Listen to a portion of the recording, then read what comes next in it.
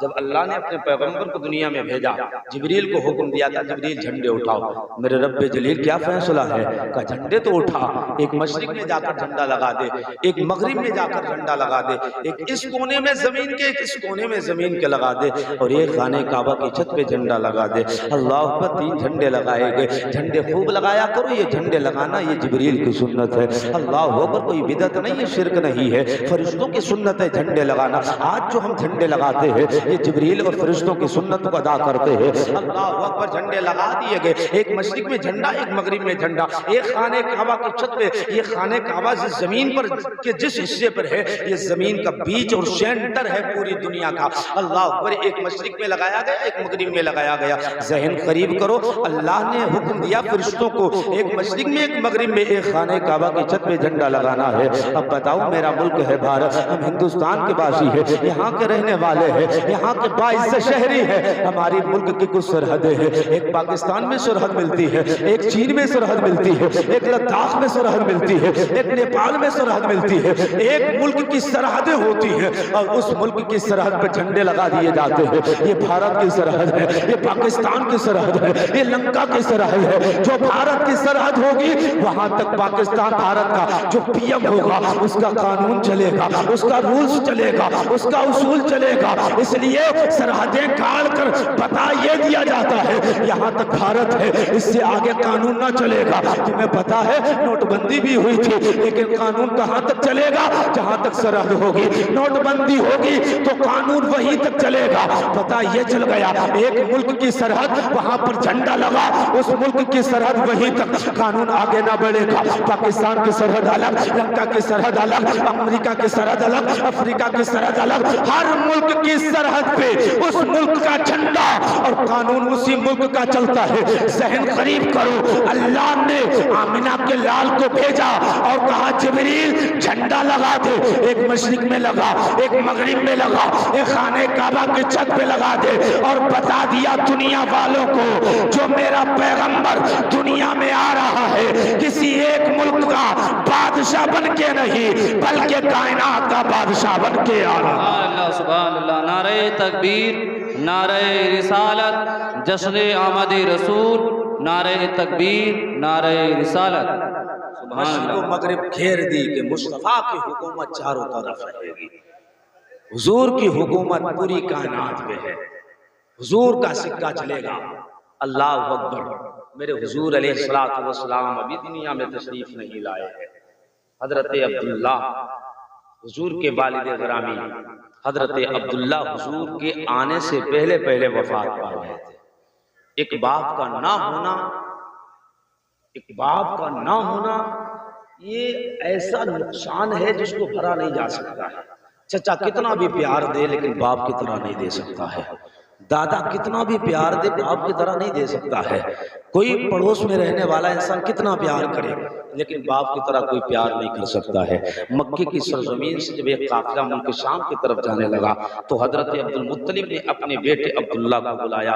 یہ اس زمانے کی بات ہے کہ عبداللہ کی سیدہ آمنہ سے رشتہ ہو گیا، اور جو نور مصطفیٰ تھا وہ شکم مادر میں حضرت سیدہ آمنہ کے شکم اطہر میں پہنچ چکا تھا۔ 3-4 مہینے کیا گزرے تھے، ایک قافلہ ملک شام جانے لگا۔ حضرت عبد المطلب نے اپنے بیٹے عبداللہ کو بلا کر ایک بات کہی تھی، ایک قافلہ تاجروں کا سامان تجارت لے کر ملک شام جا رہا ہے، بیٹے تو بھی تیاری کر، سامان تجارت اٹھا ملک شام چلا جا۔ اللہ اکبر، حضرت عبد المطلب بھی تیاری کرنے لگے، آپ نے تیاری کی، سامان تجارت اٹھایا۔ یہ سرحد پر پورا قافلہ مکے سے نکلا ہے، اب اپنے اپنوں کو بھیجنے کے لیے آ جاتے ہیں۔ آج بھی اگر کوئی پردیش جاتا ہے کسی کا بھائی بھیجنے کے لیے آتا ہے، کسی کا باپ بھیجنے کے لیے آتا ہے، کسی کا بیٹا بھیجنے کے لیے آتا ہے۔ سرحد پر قافلہ آیا تو اپنے اپنوں کو بھیجنے کے لیے آئے، کوئی اپنے بھائی کو دیکھتا ہے، کوئی اپنے بیٹے کو دیکھتا ہے، کوئی باپ کو دیکھتا ہے۔ الوداع سلام کر کے جب یہ قافلہ روا دوا ہوا ہے، اللہ کو میرے نبی اپنی ماں کے شکم اطہر کے اندر ہے، حضرت عبداللہ کے جانے کی تیاری ہونے لگی۔ حضرت عبداللہ اس قافلے کے ساتھ جب نکلے ہیں ملک شام کے اندر آئے، سارے قافلے والوں نے تجارت کرنا شروع کر دیا ہے، کسی کو نفع ہوا، کسی کو بڑا نفع ہوا۔ نفع لینے کے بعد جب سب نے اپنا سامان تجارت بیچ دیا، اس کے بعد عبداللہ کے پاس آئے اور کہا تھا عبداللہ اب چلو واپسی کا وقت آ چکا ہے، چلو لوٹ کر مکہ چلتے ہیں۔ اللہ اکبر، حضرت عبداللہ کہتے ہیں جاؤ جاؤ تم سب چلے جاؤ، اس لیے میں بیمار ہوں، جب تک ٹھیک نہیں ہو جاؤں گا مکہ لوٹ کر نہیں جاؤں گا، جب تک افاقہ نہیں ہوگا لوٹ کر مکہ میں نہیں جائیں گے، جاؤ اللہ سب کی حفاظت کرے۔ یہ سارا قافلہ تو لوٹ کر مکے میں آ گیا۔ حضرت عبد المطلب اس زمانے کی بات ہے جب ٹیلی ویژن کا زمانہ نہیں، موبائل کا زمانہ نہیں، فون کا زمانہ نہیں تھا۔ عبد المطلب نے لوٹتا ہوا قافلہ دیکھا ہے، آپ کی نگاہیں بھی اپنے لخت جگر حضرت عبداللہ کو تلاش کرتی ہے، کبھی قافلے کے یا قافلے کے ادھر دیکھتی ہے، کبھی قافلے کے بیچ میں دیکھتی ہے، کبھی ادھر دیکھتی ہے، لیکن آپ کو اپنی نگاہوں میں کہیں عبداللہ دکھائی نہیں دیتے ہیں۔ جب قافلہ قریب آیا نا تو جناب عبد المطلب نے کہا تھا وہ قافلے والوں تمہارے ساتھ میرا لخت جگر عبداللہ بھی گیا تھا، بتاؤ اسے کہاں چھوڑ کر آئے ہو؟ سارے قافلے والوں نے کہا تھا وہ سردار مکہ وہ ہمارے ساتھ گیا تو ضرور تھا، لیکن وہاں جانے کے بعد وہ بیمار پڑ گیا، طبیعت بگڑتی رہی، اس نے کہا تھا ہم مدینے میں ٹھہر جاتے ہیں، جاؤ جاؤ سب واپس چلے جاؤ، اس لیے ہم آ گئے، وہ بیمار ہے۔ اللہ اکبر، باپ کو جب پتا لگ جاتا ہے کہ اس کا بیٹا پردیش میں بیمار ہو چکا ہے تو بتاؤ باپ کے سینے پہ کیا گزرتی ہے؟ باپ کے سینے کے اندر اللہ نے وہ دل عطا فرمایا ہے، وہ دل رکھا ہے، اگر بیٹے کو کانٹا لگتا ہے تو چوٹ بیٹے کو کانٹا لگتا ہے تو اس سے زیادہ کہیں زیادہ تکلیف باپ کو ہوا کرتی ہے، بیٹے کو تکلیف ہوتی ہے اس سے کہیں زیادہ تکلیف باپ کو ہوا کرتی ہے۔ آپ اپنے گھر میں ہو، بیٹا پردیش میں ہو، اگر حادثے کا شکار ہو جائے، خون آ جائے تو کھڑے کھڑے باپ گر جاتا ہے۔ قسم خدا کی اگر ڈاکٹر کہے بیٹے کو بچانا ہے تو تجھے جان دینا پڑے گی، سارا خون دینا پڑے گا، تب بھی باپ کہے گا ڈاکٹر میرا سارا خون نکال لے، میرے بیٹے کو کھڑا کر دے۔ اللہ اکبر، حضرت عبد المطلب نے جب اتنا سنا ہے کہ آپ کا لخت جگر بیمار ہو چکا ہے، آپ نے اپنے بڑے بیٹے حارث کو بلایا، بلانے کے بعد کہا تھا جلدی کرو مدینے چلے جاؤ، میرا لخت جگر عبداللہ بیمار پڑ گیا ہے، ٹیلی ویژن کا زمانہ نہیں، حالات پتہ کر لیے جائیں۔ آپ نے اپنے بیٹے کو بھیجا ہے۔ اللہ اکبر، جب مدینے میں آپ آئے ہیں آپ کو خبر دی گئی کہ عبداللہ کو جس کو تلاش کرنے کے لیے حارث آئے ہیں، اب عبداللہ دنیا میں نہیں رہے۔ آپ کے پوچھنے کے بعد لوگوں نے بتایا تھا وہ عبداللہ 1 مہینے تک مسلسل بیمار رہے اور اسی بیماری کی وجہ سے آپ کا انتقال ہو گیا۔ اللہ اکبر، آپ وہاں سے واپس ہوئے، آنے کے بعد جب مکہ شہر میں آئے ہیں، باپ ہوا کرتا ہے، باپ کو انتظار تھا حارث کا، تنہا حارث کو دیکھا باپ نے، عبد المطلب نے کہا تھا بیٹے اتنا تو بتا میرا بیٹا عبداللہ کہاں چھوڑ کر آیا ہے؟ آنکھوں میں آنسو، دل میں درد ہے۔ حضرت حارث کہتے ابا کیا بتاؤ، عبداللہ بیمار پڑ چکا تھا، 1 مہینہ مسلسل عبداللہ بیماری کی وجہ سے، علالت کی وجہ سے اسی 1 مہینے میں آپ کا انتقال ہو گیا ہے۔ بابا عبداللہ اب کبھی پلٹ کر مکے کی سرزمین پر نہیں آئے گا، لوٹ کر کبھی اپنے شہر مکہ میں نہیں آئے گا۔ ایک باپ کے لیے کتنی بڑی خبر ہوتی ہے، اگر باپ کو پتہ لگ جائے بیٹے کا حادثہ ہو چکا ہے، بیٹے کا ایکسیڈنٹ ہو چکا ہے، قسم خدا کی کھا کر کہتا ہوں باپ کھڑے کھڑے گر جایا کرتا ہے۔ جب عبد المطلب کو پتہ لگا آپ کے بیٹے عبداللہ کا انتقال ہو چکا ہے، اللہ اکبر، آپ حرم شریف کے اندر ہیں، آپ بیٹھ جاتے ہیں۔ آپ نے بیٹھ کر کہا تھا میرے مالک کون سا وقت آیا ہے؟ پھر آپ کے دل میں خیال آیا ہے ایک دن ہر ایک کو مرنا ہے، کل نفس ذائقۃ الموت، ہاں ایک دن ہر ایک کو مرنا ہے۔ پھر اپنے گھر میں آئے ہیں، اپنی بہو کو ساتھ لے کر کہا چل سیدہ آمینہ کے پاس چلتے ہیں۔